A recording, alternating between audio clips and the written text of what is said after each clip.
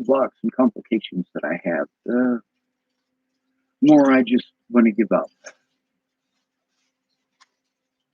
I mean, every time I have something important to say and the computer shuts off, yeah, I give up.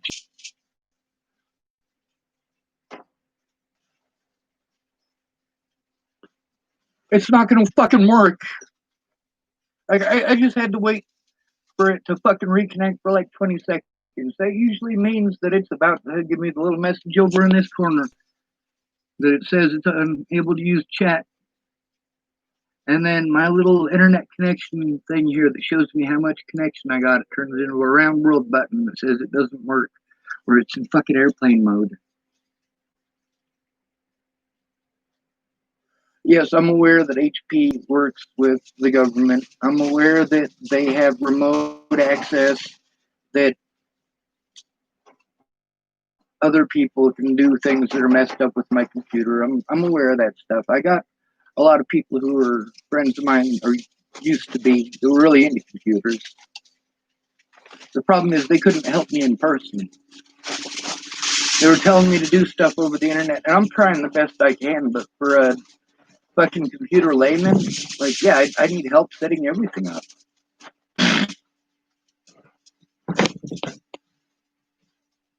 And then I'm so frustrated with wasting an entire hour of trying to get the thing to work. Like, even though what I had to say was extremely important, what I've been spending for the last hour doing, you guys get to see how even just comments over on the side, whatever I'm talking about, no matter how important it is, you guys want to ask your own questions that are all over the fucking place. They really are. And some of you all pretty well stay on task, and I try to answer your questions best I can. I mean, that's part of the reason for doing this. When Katie Cahill made that group, it was the second group she had to make. And the conversation, several of them about that are in here, about the bullying that she had to endure and about how fucked up it was, the bullying that I was having to endure. I was trying to answer people's questions. I was made a target because I wasn't allowed to show people the truth. I was cut off from my own Facebook. And people make the excuse, oh, well, you had that coming. You know what? Nearly all the people that I have complained about their comments, although there are thousands of them, I only took a select few just to show how many of the Bollingers and their family and friends were doing this. But the cops didn't fucking care if they did it to me, and still don't. No matter what, they made any excuse. See, the police here, jurisdiction or not, that's not the shit that they're hiding to try to protect their fellow officers. They're trying to hide the bullying tactics that they use. The way that they treated another human being. The way that they manipulated the system because they have the power to do so. And because I don't have the help that I am legally entitled to. Legally entitled to. Because of my disabilities. And I have been denied that because of my intelligence. Meanwhile, by law, I am entitled to that help. Why? So that they can't abuse my intelligence or my disabilities to prevent me from having an honest day in court, as they have.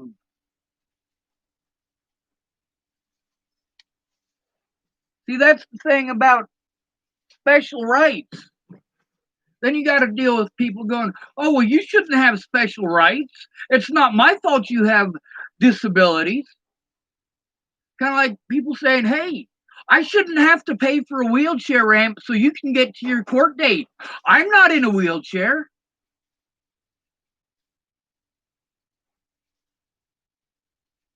How fucking in you goddamn Maine are you? And you call yourself a fucking Christian. Never been so ashamed in my goddamn life.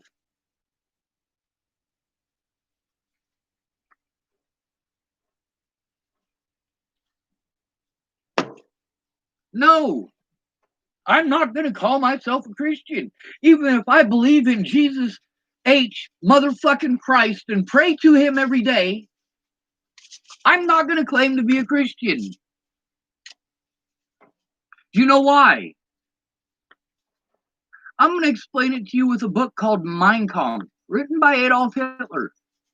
Now, mind you, over 60% of the stuff that has been said in that book has been said by civil rights and human rights activists. Hitler knew that there were certain things that he could say and certain key words that he could use in order to manipulate the public, making false campaign promises. And we hate Hitler for this, but we have no problems with our own politicians doing these things. Or we just bitch about it. What happens when we just bitch about it? 3% taxes on tea. All right? The United States went to war with Great Britain on 3% taxes on tea. No shots have even been fired. Wasn't until Lexington Green, when the Redcoats killed a bunch of civilians who never got a shot off. Outright fucking blasted them. Those were the true opening shots of the Revolutionary War. And you know what? There were a lot of black people who took part in fighting in that war on the revolutionary side. And in every war since, despite the fact that we try to pretend that black soldiers weren't allowed until when? They weren't integrated until Vietnam, right? That's bullshit. That is bullshit. We had integrated units in the Revolutionary War. And actually, the South had integrated units, believe it or not. Yes, there were black people who fought for the South. It's unfortunate they wouldn't give those black folks rifles. They were flag bearers, standard bearers. Why did they make black people the standard bearers? Because those were your signal flags. Your movement with those flags was how you commanded your troops. So you have a black person carry it. The banner was so important that in one Civil War battle, Battle of Gettysburg, a man watched in the order of under a minute, 10 men lose their lives trying to carry the standard.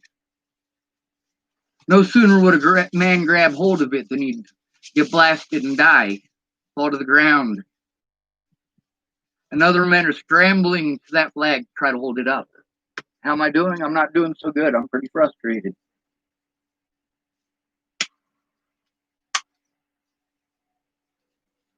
There are a lot of things that I really wanted to say earlier, and it seems to me that anytime that I start other stuff or answer your questions and don't touch on those,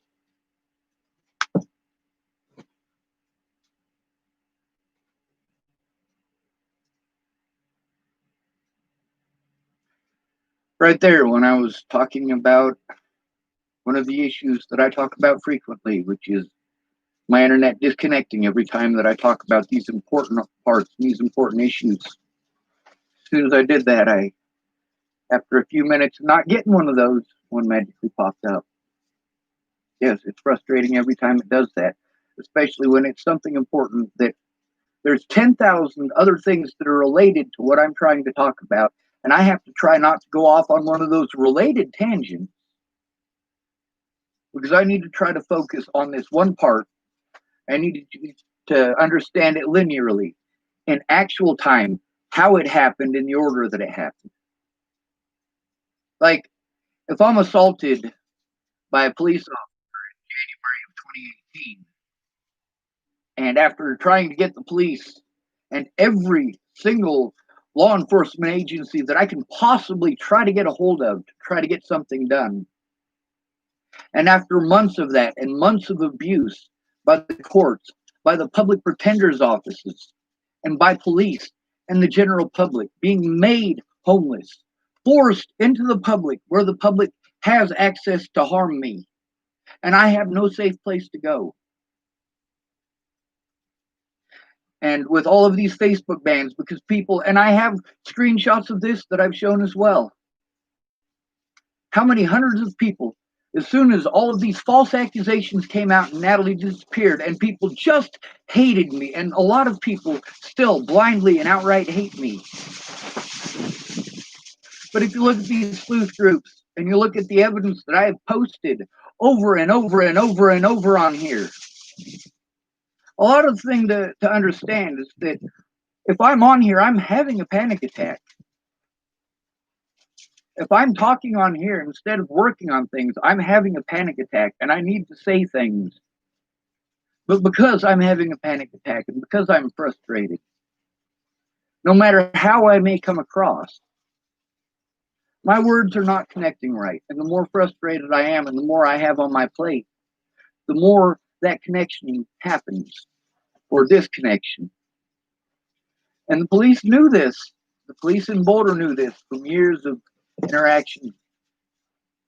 The police in Broomfield and the Adams County detectives knew this because I told them outright. I didn't tell them this so that they could abuse my disabilities in order to cover up for their wrongdoing. Obviously, they knew that what they had done. By the time they realized that I hadn't killed Natalie and looked back and realized their officers hadn't done their jobs, they made sure they didn't do their jobs either.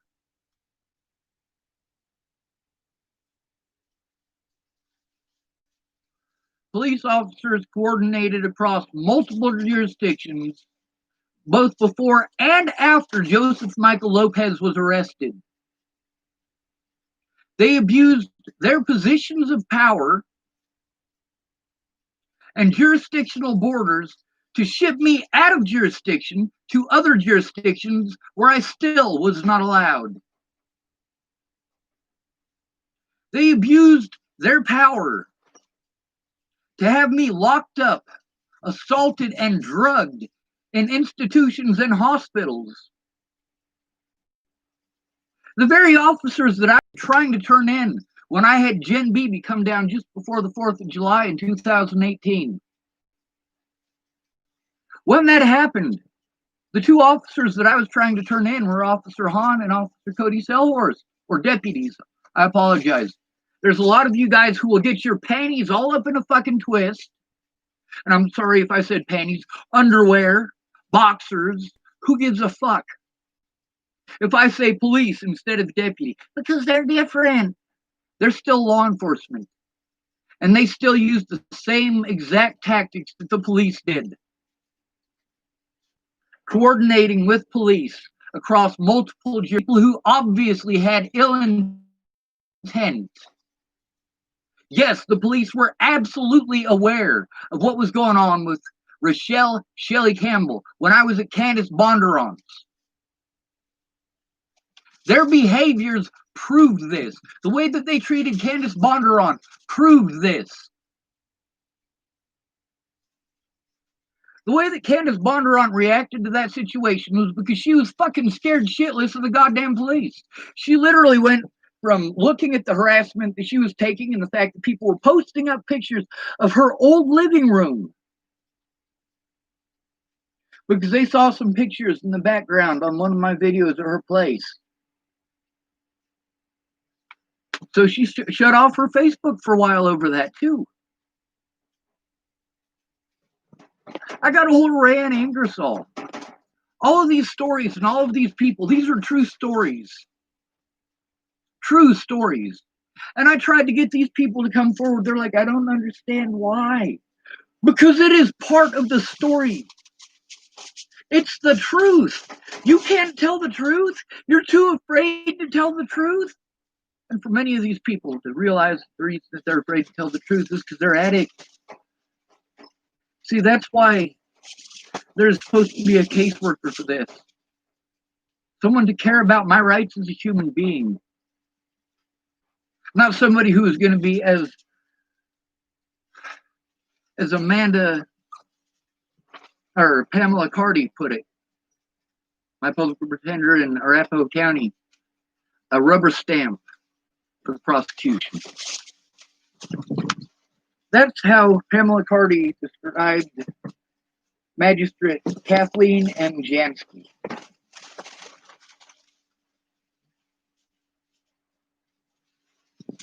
Now, mind you, instead of me working with one person, Pamela Carty was supposed to be my public pretender from the beginning. She did not show up in my first 8 court dates.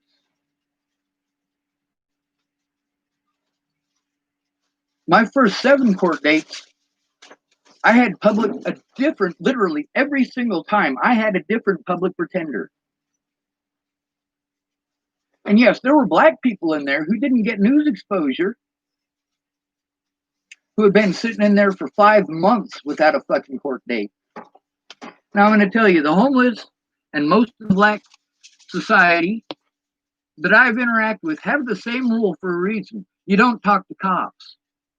Cops are not your friends. That is why you don't talk to cops. Cops are more likely to harm you than to help you, especially if you're black, especially if you're homeless. But mind you, most of the people that I grew up with, most of the minorities that I grew up with, were in the system.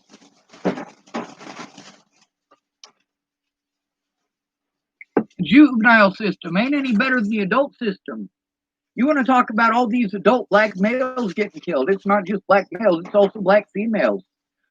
Boulder Sheriff's Department and Boulder Police Department are involved in human trafficking. How many times do I have to say that?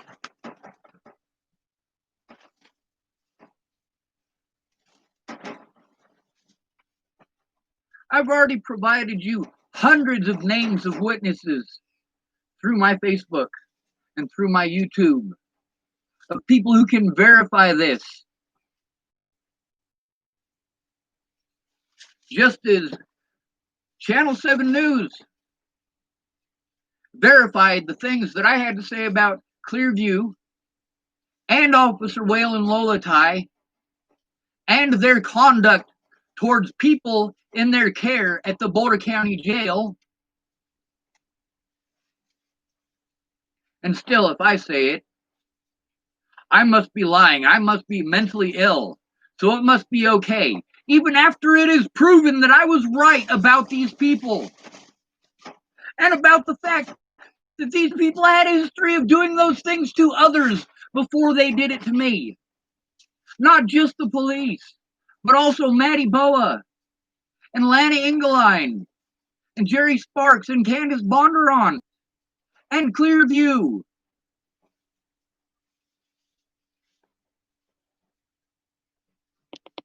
As well as Dual County Sheriff's Department.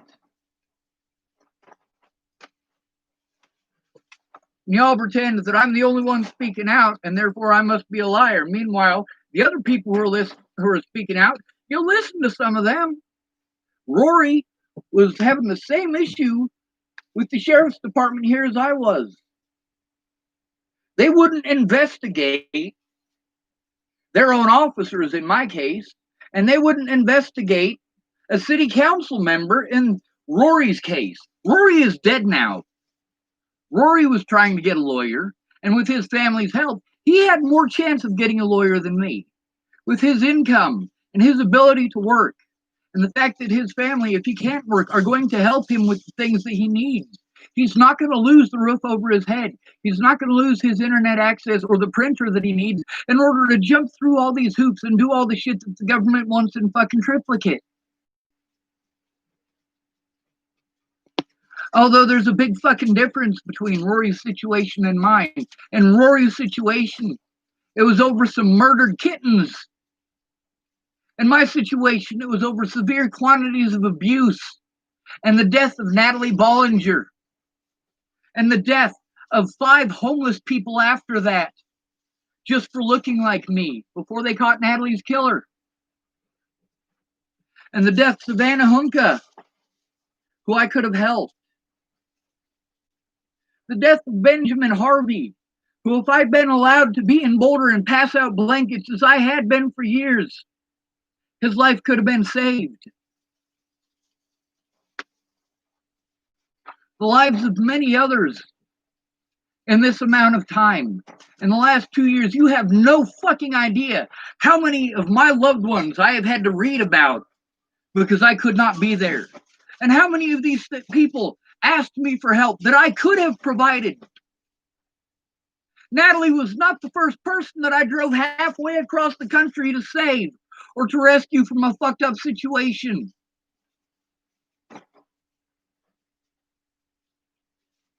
I drove to South Dakota to rescue Miss Jamie. I drove to Montana to rescue Miss Jerry and her kids. I drove to Montana to help Amanda and Lana. I walked from Bozeman, Montana to Boulder, Colorado just to see my older brother because I heard he was getting married. Now, I'm not getting disconnected because I'm basically just rambling right now. That kind of helps to make me look crazy, right? That doesn't erase the evidence on here. And a lot of the evidence, especially since I've been harassed in the FBI, is magically disappearing from my YouTube. But that doesn't get rid of all of it. And that doesn't get rid of the witnesses who saw it. Carrie Zombie typed, "Hey, how are you doing, Sean? I'm sorry you're frustrated. I'm no stranger to panic attacks, so I get it. You don't come across as anything but true Sean." See, the thing is, I'm different on the internet.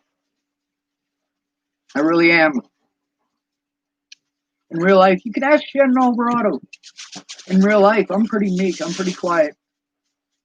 If there's something fucked up going on, I'm going to speak up in front of God and everybody. Right there and then. When I was at Sally Treon's in Pueblo, and I was talking to the detectives in Natalie's case and my public pretender, and they were supposedly trying to coordinate to get my computer back, but they all had different excuses why they couldn't. And I wasn't able to record it because I'm literally homeless, walking around hoping that I don't get beaten up just walking around because somebody recognized my face from the news. The amount of hate that I got from it before and after Natalie was killed.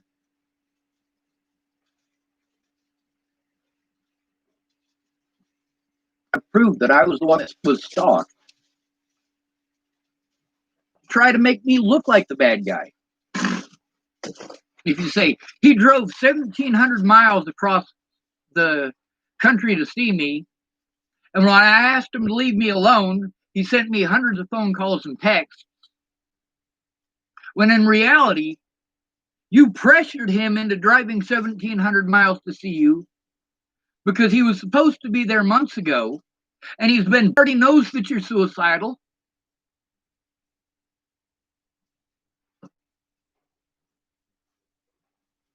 You've already told him that you're suicidal, and then you pressure him that if you're not already on the way, I'm going to kill myself. And then 6 hours later, you run your vehicle into a fucking telephone pole. And then the other thing, they didn't ask me that. Natalie didn't ask me to leave her alone before hundreds of texts and calls in Virginia. No, the phone that used to be hers, that she knew was fucked up, that her sister gave me without Natalie's permission. That phone had a lot of fucking issues. And arguing with racist assholes like Tyler Frericks and his fucking racist Montana homies with a phone that I didn't understand how to use, that was cracked as shit and did whatever the fuck it wanted. And they knew this the whole time. After the fact that they're pretending like I was stalking them, I have shown our messages between each other. They were inviting me to go places. They were trying to get me a job at Vico Construction with Natalie's mom. They were trying to get me to find an apartment there so I could live there closer to them. Does this sound like things that you're going to do with someone who's a stalker? And our messages show that, yes, on my birthday, hours and hours and hours in the McDonald's parking lot, because Natalie wanted to see me on my birthday and we were supposed to meet. And then there was road construction. And I was severely dehydrated. And I didn't get treatment for that until when? 5 days later, when I got my vehicle stuck outside of Natalie's mother's house. Because that's where the GPS told me to make a U-turn. And I hadn't slept in 5 days over severe quantities of pain, severe panic attacks, and being fucking dehydrated. For the most part, being unable to move even inside of my vehicle. That's what going to North Carolina through Labor Ready, which, by the way, Alicia Bollinger hooked me up with that job right before my fucking birthday. She gave me a guitar-shaped key fob on my birthday. But also, if you looked at our messages between me and Natalie and me and Alicia, you realize that what me and Natalie wanted never happened. Only what Alicia Marie or Michelle Bollinger wanted was what happened. Natalie felt like shit. Her leg was fucked up. So we were both stuck with her sister, and we both love her sister. But her sister is a selfish beast. And Natalie always had to take a back seat to her. And people always talked to him as if they were a set. As if they were the same person. And our conversations between me and Natalie, she was glad for the fact that I cared about what she had to say. Whereas Alicia always talked for them. And Natalie loved her sister. So she did what her sister wanted, always.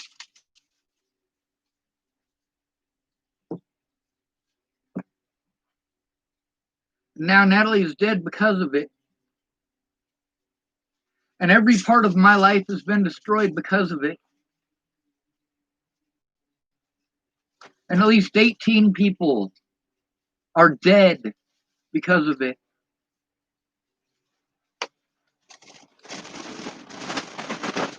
Now, albeit some of those deaths cannot be attributed to Alicia, many of them can be. Like those homeless people that looked like me that were murdered. Train!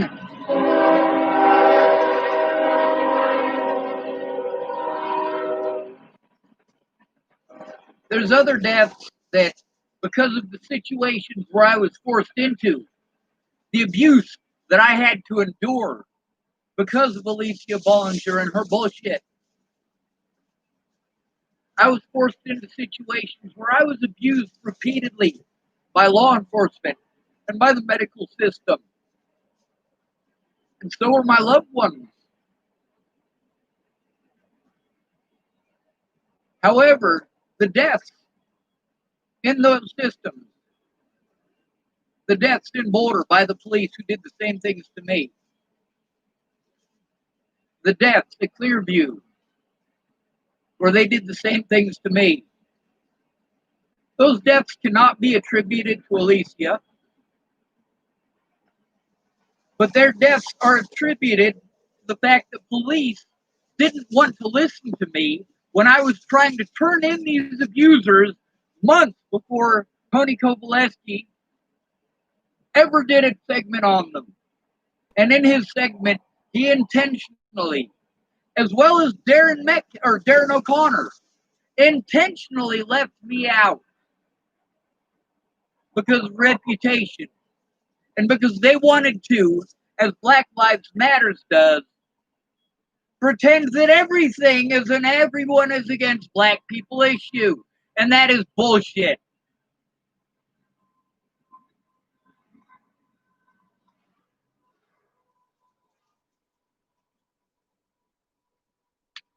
Why do I still stick up for black people if I don't agree with Black Lives Matters? It's not necessarily Black Lives Matters that I'm against.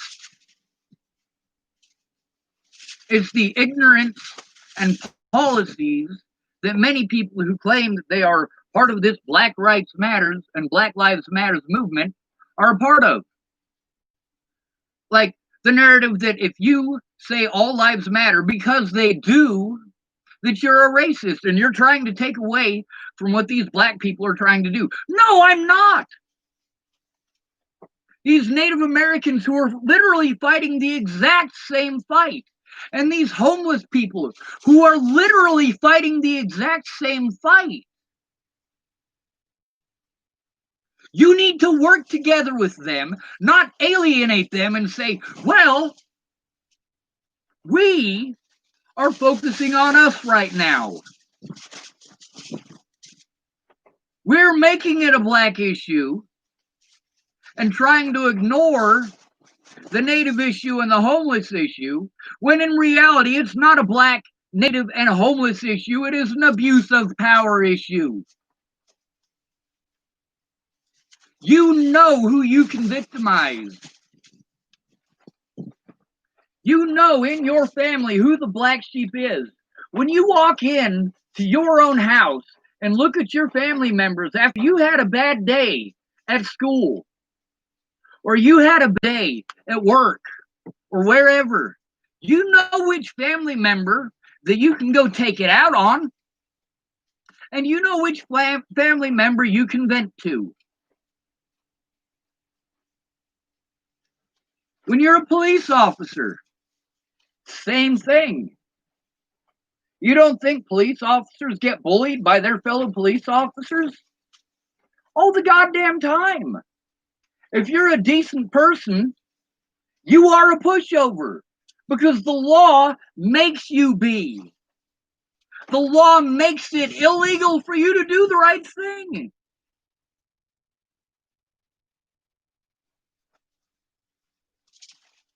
The policies that they have in place with cameras in these facilities and with sound aren't to protect the people under their care. It's to protect the staff who do wrong things and the institution that they work for from being sued. If there was volume on those cameras, if the body camera footage from the day that I was assaulted by Waylon Lolatai, and literally there are at least 20 police officers and Boulder County Sheriff's Department personnel whose body cams should have been on and should have been admitted into my court and given to my lawyer, Amanda Balehash, who is now a judge where? In Adams County, the very same county that, first of all, she didn't work for. She worked for Boulder County when her meddling and her lying and her bullshit and her not coming forward and her doing illegal shit across jurisdictional boundaries with officers in Natalie's case, not writing it down, not coming forward about it, and not requisitioning those body cameras.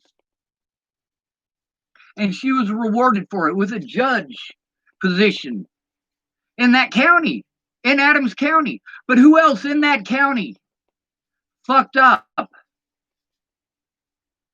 Well, let's start off with Judge Fatzinger. Judge Fatzinger not going through that paperwork with that protection order to see that it was filled out properly and that nothing on there could potentially get Natalie harmed.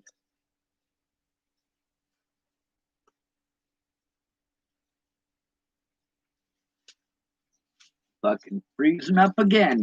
God damn it. Start talking about a judge and I start freezing up. Fucking bullshit. Now, that's not saying that there's some FBI agent clicking on and off every time that it happens, but looking at the info at hand, there's a possibility.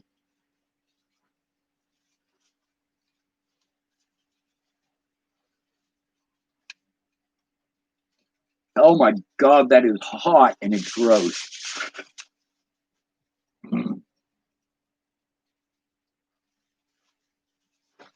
The thing is, none of my public pretenders did their jobs. And all of the legal issues that I have had a problem with in the last 3 years are all, every single bit of it, over Natalie Bollinger. Every single bit of it.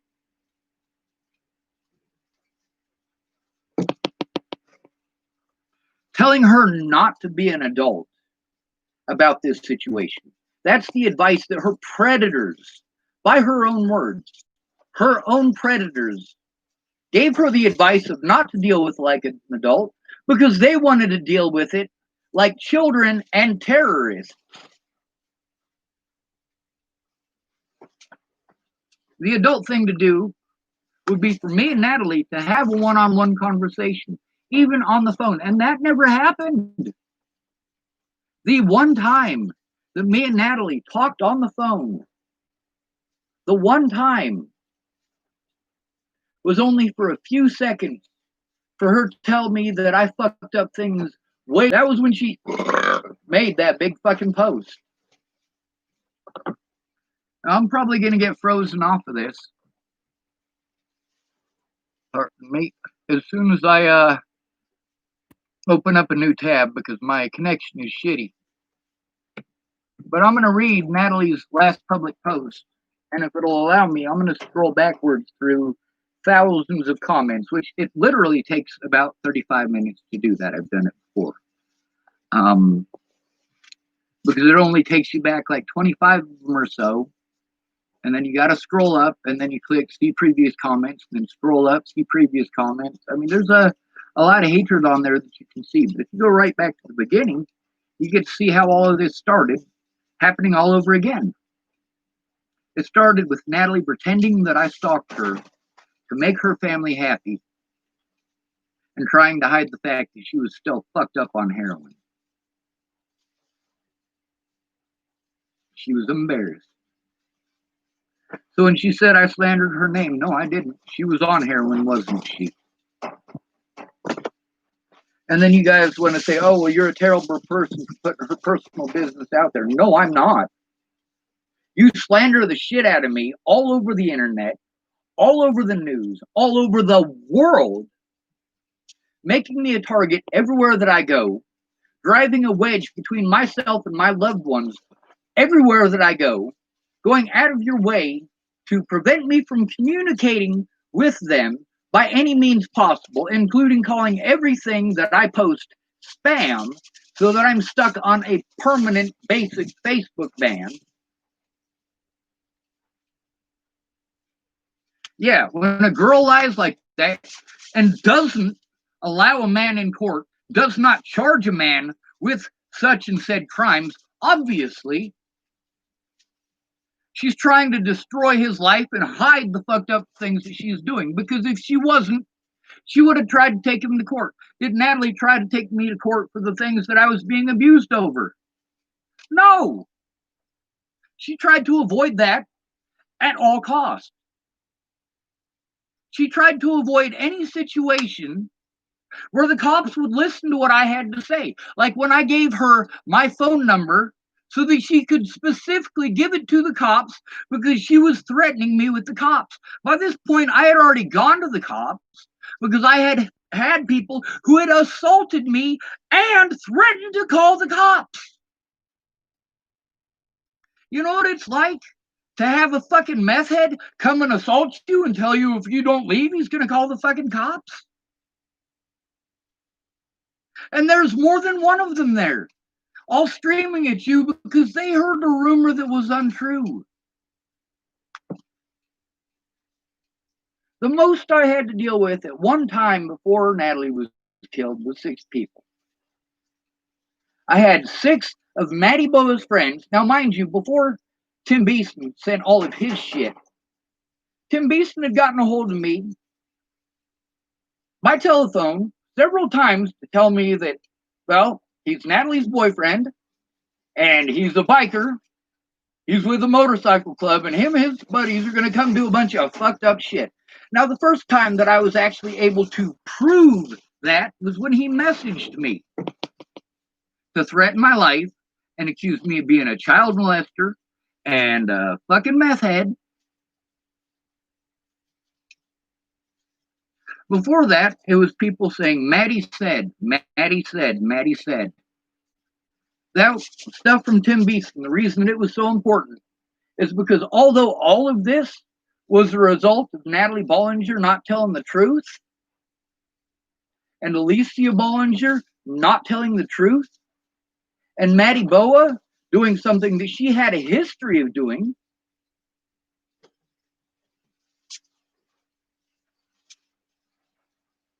Y'all ain't getting this, are you? So many people type to me, oh, you're afraid of a little girl. No.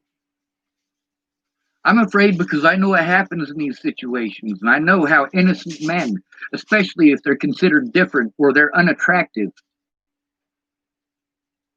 how fucked up it is. I also know that if he's good looking, you will forgive him if he actually commits those sins. Like Jeremy Meeks, the convicted rapist. Women were typing stuff like, I wish you would rape me. Holy fucking shit. You know what's even more fucked up? I have heard women that I personally know, including Amanda Payne and her mother, say that they wish Johnny Depp would rape them. They used the word rape. They wished that someone would. Holy fucking shit.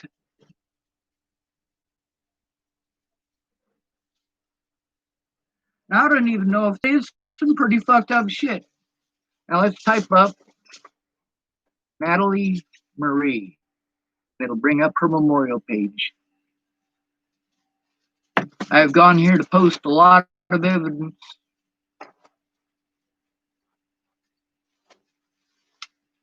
If I'm going to be abused for the rest of my life, I am going to fucking speak out. I'm going to do my best to show evidence and show the truth anywhere that I can. And there's a lot of stuff that, yeah, I have held back because it's got a lot of personal information. There's a lot of people who, in our text messages, I want to show all of it. I just don't want them to have to feel the shame of the whole world knowing that they were prostitutes. They had to sell their bodies to make sure.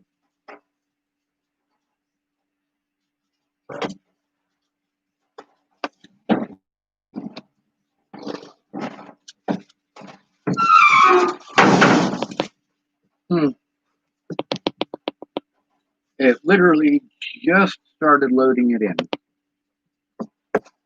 So it hasn't popped up any of her posts yet. I'm going to read this though. This is a picture of a profile that I made when I was up at Miss Jamie's house in 2017. Jamie knew that I was going to kill myself when I left there. She didn't want me to, but she understood, or at least that's what she said.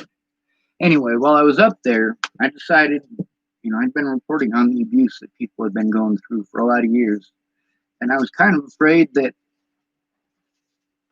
well, that would be used by some of their predators to harm them. And some of these people, I am friends with their predators. Friends close, your enemies closer. Like Rachel Klang, who was molested by her older sister, Rebecca. Yeah, I kept Rebecca as a friend.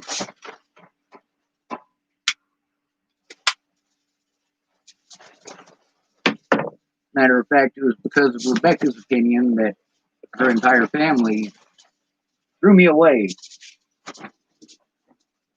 Because I told their reasons why they weren't able to help me. They kept saying they were sorry. A lot of you guys do this.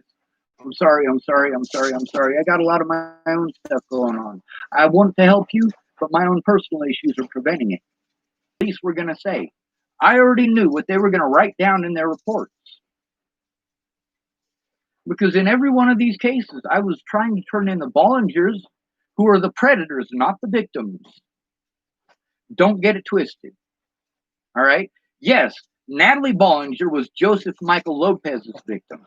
But I was the victim of the Natalie Bollinger family and fan club, who are mostly addicts.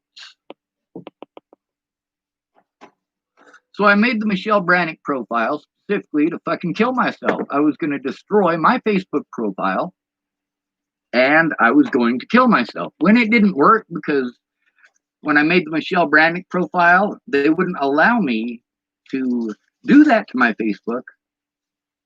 unless I sent them a copy of a death certificate, which I did not have. So, as a last-ditch effort, I tried to get a hold of Maddie Boa, Natalie Bollinger, and Alicia Bollinger, and I sent all three of them my phone number in the hope that they might put a stop to this. Please, for the love of God, put a stop to this. And it was after that that I got a hold of Jeff Ritter, and we started trying to do something about getting a lawyer. And it was slow going, because months after that, right before Natalie was killed, I was still trying to get a lawyer. And Jeff Ritter, on the 16th, when I was given that protection order, and I explained it to Jeff Ritter, who told me I couldn't do anything until I had paperwork, and when I had paperwork, he could help me. Well, one thing I didn't know is that, first of all, I had court on the 22nd. I didn't know that a protection order was permanent, or wasn't permanent. I just assumed it was. And I also was under the assumption that you got to go to court, and I was pissed off that neither happened. At that time, I was under the assumption that Natalie was still in Virginia. When she didn't show up in Boulder, at first I was surprised because she wanted to meet in Boulder. And at that point in time,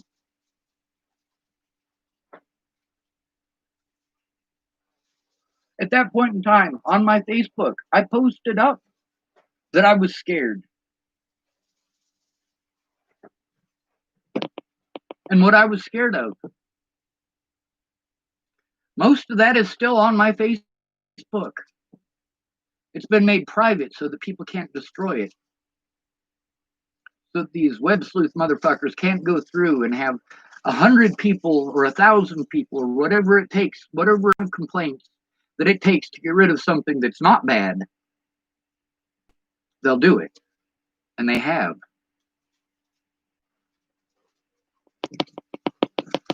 Facebook changed their algorithms about a year ago and made it so that they can't do that to me anymore. But by then, the damage had already been done. Just like by the time they dropped the charges against me for the assault by Waylon Lolatai, the damage had already been done.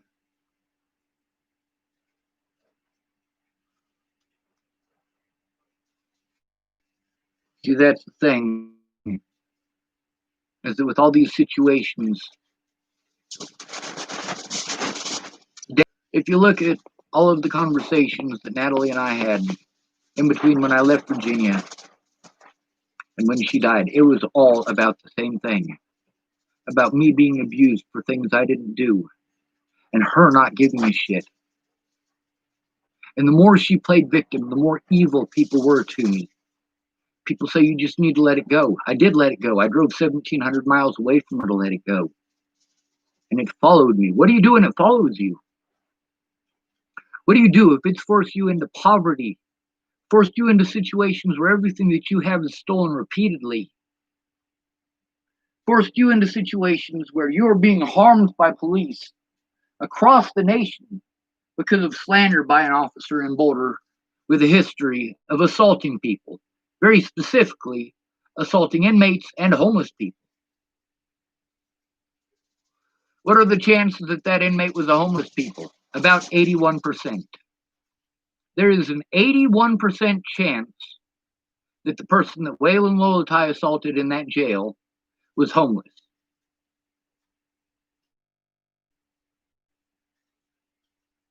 That's why they prey on the homeless. They get a lot of money out of the homeless. Hitler did the same thing. Is that my way of justifying what they're doing? No, that's my way of saying it's fucked up. Hitler did this shit. Joseph Stalin did this shit. And we talk about how terrible communists and fucking Nazis are. So let's read through this and we'll go through the parts that are bullshit. All right. And down here at the bottom, it says September 22nd. That was while I was still at Miss Jamie's. That shows you September, October, November, December. At least 4 months of trying to get a lawyer. All right. I wasn't trying to get help. That whole time, I'm wasting a lot of money to drive 2.5 hours to Nebraska and 2.5 hours back just so I can see my therapist in Nebraska, Nicole Peralta. In addition to talking to Jeff Ritter on the phone, everyone got my back to possibly get fake teeth because everybody keeps trying to pressure me to get fake teeth. I don't want them. I know, and that shit hurts. I had all of my teeth yanked out so that I would never have to go through dental pain again. 5 years of that was too fucking much. When you have a tooth that hurts and you have to wait 2 weeks to get it yanked out, how does that feel? How do you feel for that 2 weeks? Now imagine you have to go through that for 5 years because every time you go to a dentist, they require you to be cash and carry. So you give them all of your money for them to take x-rays and tell you to come back in 2 weeks to get them yanked. But in the next 2 weeks, you don't get enough money to get them yanked. And they're not going to yank them for free, are they? So I had to go all the way to Montana where they yanked out all of my teeth, 22 teeth all at once. All those 6 of them they pulled out live, and they also broke my jaw in several places to get them out. It's still less painful than having them in. And I wasn't able to go to those appointments to get my back x-rayed. I was able to get to the one for my teeth, and that was, I was hoping, was my therapy appointment, and it wasn't. It was for my teeth. That was after Natalie died. And Laura Nelson gave me a ride to that. Laura Nelson in this town. She's the woman who sold me that car, the very car that I drove to Virginia, the very car that the police broke in Virginia out of retaliation because this girl was pretty and I wasn't. Now let's read what it is that she typed here, and we'll go through what it is that's bullshit and what's not. I'm clicking over to the live stream thing to see if I'm still connected. It looks like I am. Hey y'all, I have a public announcement. This is on December 13th of 2017. This is one day to her mother to put a stop to it, to beg for help, not to harass or threaten her mother, but to beg for help. And that screenshot's up there too. Just not on Natalie's, because she's not going to show anything, and her friends and family aren't going to show anything that aren't going to show that they didn't do a goddamn thing that did wrong. And another officer, Cody Selhorse, he said, you should have brought it to me.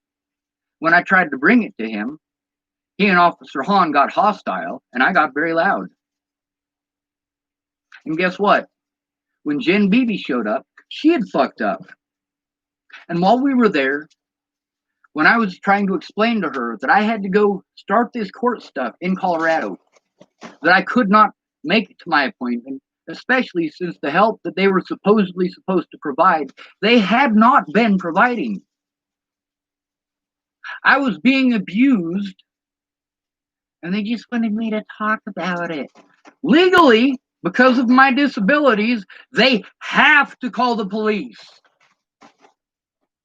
In the cases of a child or an at-risk adult, Jen Beebe legally has to call the police.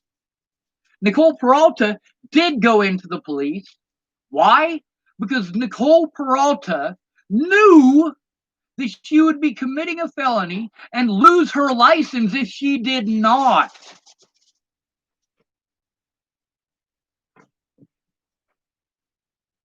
It says, there is a man, Sean Schwartz. That's true. I met this man when I was young. That is also true. I met her when she was about 13 years old, selling drugs for her dad, which I didn't know at the time. No, I did not hang out with her. Matter of fact, I tried to discourage her from being there. Specifically for the reason that I didn't want to be targeted as if I was some sort of child molester or rapist, because little kids wanted to hang out with me. As a homeless person, you cannot have that. As a homeless person, you also don't want that for your fellow homeless friends, because it makes us all look bad. And that is part of the reason that so many people who were my loved ones, who were my friends, turned their backs immediately. They don't want that. It says, I ran into him about 2 years ago. Actually, she got a hold of me about 2 years prior to this. Almost 3 years prior to this. Specifically came to me. Specifically messaged me. Specifically and intentionally looked me up.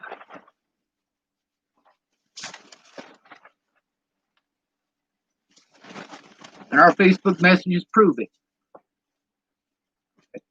When she ran into me, she was 17. I didn't know it at the time. Her and her twin sister were walking arm in arm with some obviously mid to late 20s individuals with facial hair.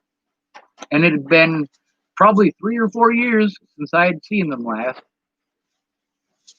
And they came over and insisted on giving me a hug and giving me their information so that I could hit them up on Facebook. And I did. I hit them up on Facebook and completely got all about them. So then later on, when Natalie was 18, she sent me a message back. It says, long story short, I became friends with him. That's true. Even by her own admission, you see this. I helped him out with rides and stuff. See, now she's trying to downplay it. She did help me out. But it wasn't just helping me out with rides and stuff. There was a bunch of stuff that she wanted me to do and was pushing me to do and encouraging me to do. And she was telling me about all of her problems with her dad and being molested and being raped and her Uncle Troy and a lot about Tim fucking Beeson. About him stealing her dog, about him holding her down and screaming in her face, telling her that she can't have her dog back if she's not coming back to him. If I can't have you, nobody can. Dude, that y'all want to pretend that I am. That's Tim Beeson, folks. Thinks he's a big Billy badass biker.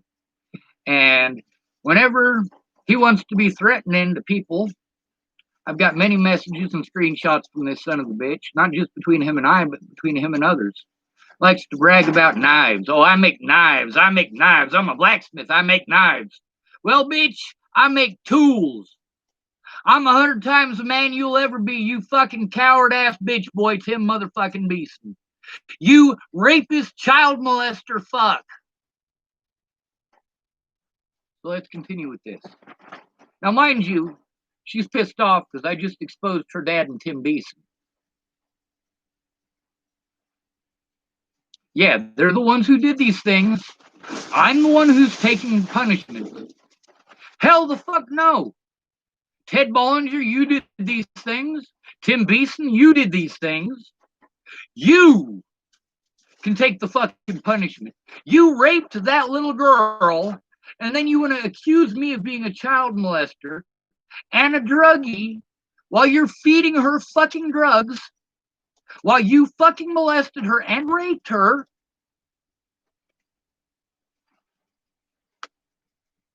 Holy shit.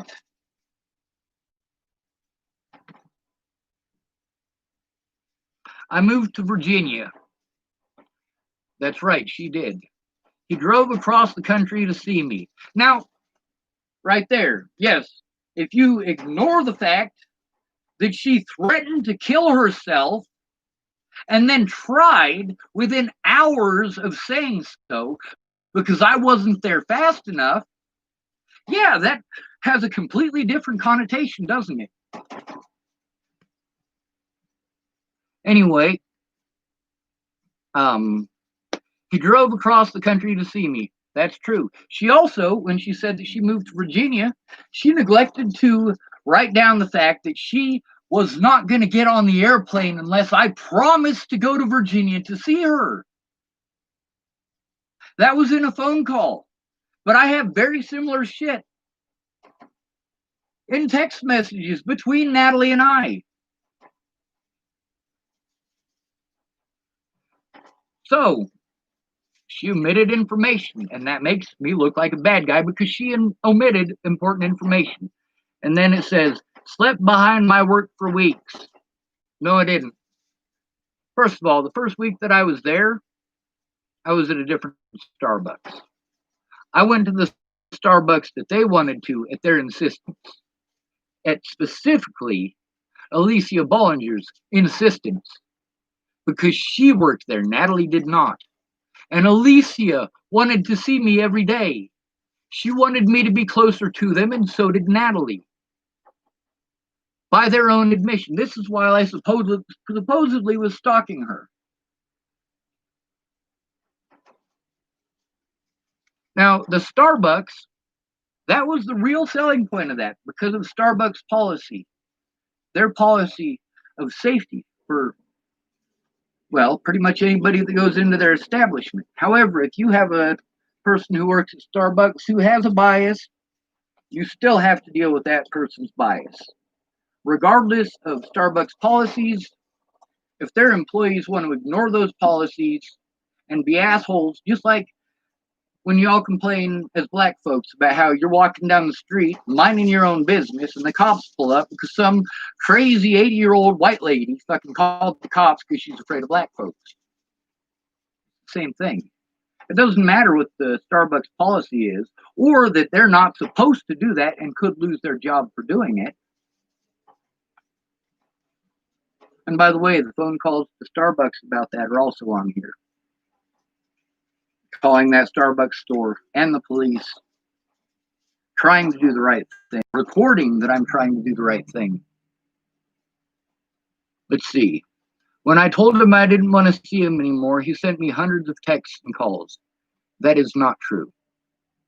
When I was in Virginia with the fucked up phone that used to be hers, and the conversation with Bobby Forrest proves this as well. He remembers that phone from when Natalie had it. He doesn't remember why it was all fucked up or how it had gotten all fucked up, but he remembered how fucked up it was. And that conversation, by the way, yes, it also is here on YouTube. Bobby and Samantha are two of Natalie's friends and Alicia's friends who also, in their conversations on this very YouTube, verified the shit with their dad and the shit that he was doing. Bobby Forrest, when I explained it to him and when I sent that to him, he claimed that Alicia, and that he still has this email, that Alicia had sent him almost the same thing, almost word for word, that Natalie had sent me.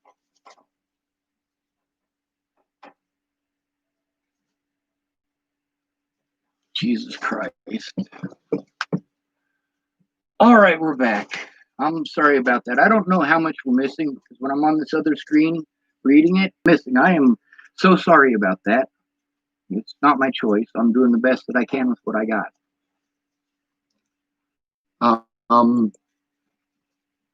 Let's see. When I told him I didn't want to see him anymore, he sent me hundreds of texts and calls. That is not true. When there was those hundreds of texts and calls, that was because the fucking phone was busted. That's not my fault. Because of the way that her sister was treating me over that busted phone that she gave me and how it wasn't working, and I couldn't even type and explain in typing because it was that fucked up and exactly the situation that I ended up in.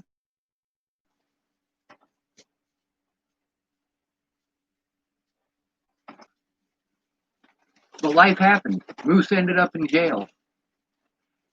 Amy Witcher and Andrew Witcher, Andrew that I had gone there to work for, was in jail for beating up his wife or his girlfriend. Mahalia Jean-Pierre had gone back to Boulder. And I was too broke to go see Sage. I mean, my money that I had when I left, it barely got me there. It barely got me to Virginia. And when she asked me not to see her anymore, she didn't actually ask me not to see her anymore. What happened is when I got out of the hospital and I was finally able to get some help to get my vehicle back and to get a charge on my phone, while I was trying to turn in the police who had busted my vehicle, I messaged Natalie and Alicia both. A message to each of their phones saying, I'm sorry about what happened. I understand if your family is afraid of me. If you tell me that they're afraid of me, I will never talk to you again. So Natalie called me on Alicia's phone, and it could have been Alicia. They're twins. They sound very similar. And she said, John, I'm sorry. That should have been the end of it. She said that she loved me and that she was sorry in that conversation. But when she said not to talk to her anymore, instead of having a short conversation with her about it like I should have, her on Facebook.